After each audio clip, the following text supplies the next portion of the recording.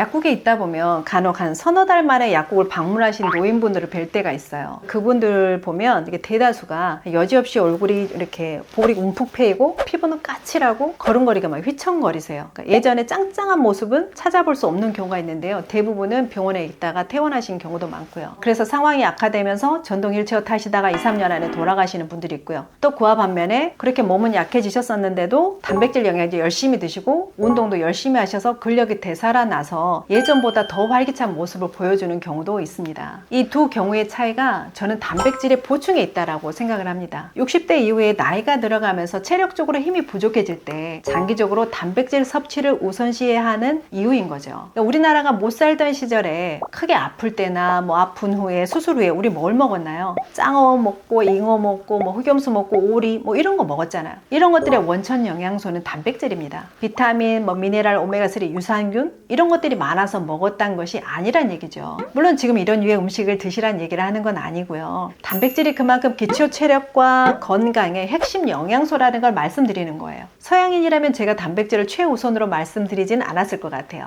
하지만 60대 이상인 한국인들은요, 서양인과 다르게 어렸을 때 그 입맛이 형성될 시기에 우리나라가 그렇게 잘 살지 못했었어요. 지금보다 훨씬 고기가 귀해서 많이 먹지 못하고 자랐다는 거죠. 그래서 이분들은 성인이 된 후에도 육식을 거의 즐겨하지 않는 경우가 많더라고요. 특히나 여성분들, 제가 약국에서 만나는 근육이 부실한 여성분들은 아주 흔하게 이런 경우를 자주 봅니다. 그래서 작년, 노년이 되었을 때까지 근육이 부실해질 수 있는 식습관을 쭉 가지고 가는 거죠. 그러니까 젊었을 때야 비축되어 있는 근육이나 에너지로 버틸 수 있다지만 60대 이후에는 단백질이 부족한 식사를 계속하면 이게 건강을 해칠 수 있는 거예요. 자, 그럼 본격적으로 60대 이상인 한국인이라면 단백질을 드셔야 되는 이유 3가지 말씀드릴게요. 첫 번째는요, 이 노화가 진행이 되면서 젊은 20대와 비교했을 때 낮아지는 게 있고요, 또 높아지는 것도 있어요. 여기 표를 좀 보여드릴 건데요. 우리 몸의 구성물질의 양을 총 100으로 잡았을 때 이 20대, 30대의 단백질의 비율이 52%였는데 이게 60대, 70대가 되면서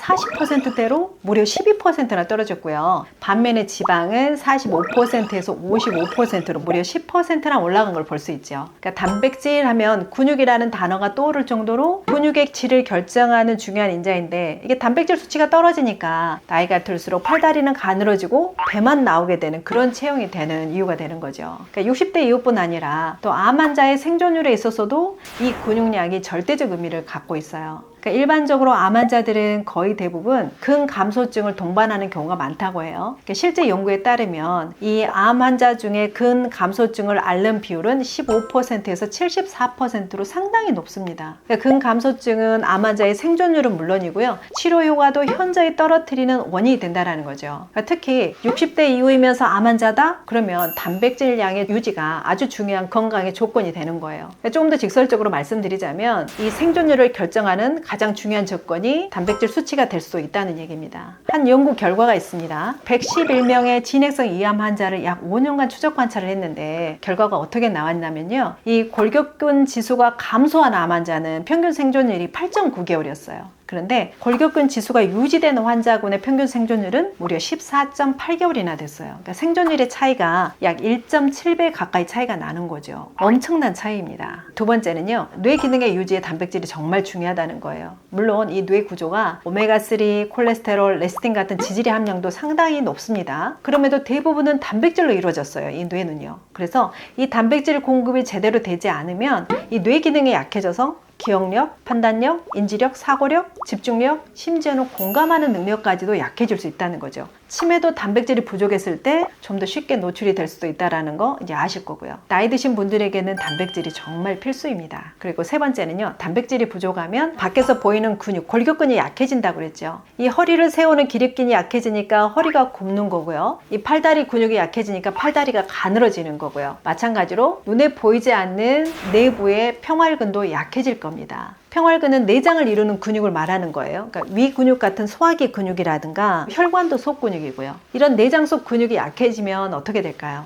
점차 소화기 근육이 약해지니까 소화가 안 될 거고요. 혈관의 근육이 약해지니까 혈류순환이 되지 않겠죠. 그래서 혈액순환제의 도움을 받아야만 할 겁니다. 자, 이렇게 세 가지를 말씀드렸는데요. 그렇다면 단백질을 공급할 수 있는 가장 좋은 영양소를 추천해달라 이렇게 말씀하실 것 같습니다. 가장 제가 답인도록 권해드리는 것은 바로 맥주 효모입니다. 맥주 효모는 이런 단백질의 공급을 충분하게 만족시켜 줄 수 있습니다. 특별한 부작용이 없이 누구나 드실 수 있어요. 가격이 또 상당히 저렴합니다. 알약인 경우에는 또 씹어 드실 수도 있고요. 그대로 삼킬 수도 있어요. 그리고 소화기가 좀 부담이 된다, 소화력이 약하다 하시는 분들도 씹어서 드시면 문제가 없는 편이고요. 그리고 이게 씹어서 먹어도 괜찮은 게 그 예전에 저희 어렸을 때 원기소 드셔보신 분들이 있나요? 상당히 좀 잘 사는 집에 가보면 원기소가 많이 있었는데 그 원기소마다 거의 유사하다고 보면 돼요. 그래서 그 씹어 드시는데 문제가 없다라는 거고, 또 무엇보다도 가격이 부담스럽지 않다고 말씀드렸죠. 그러니까 가격 대비 효능이 참 좋습니다. 요즘 또 가장 핫한 영양소가 베타글루칸이라는 영양소인데 이게 굉장히 많이 함유가 되어 있어서 면역력 향상에도 좋고요. 특히나 이제 모발이 빈약하신 분들은 이 비오틴하고 맥주 효모 같이 드시면 만족할 만한 결과 얻으시는 분들이 많아요.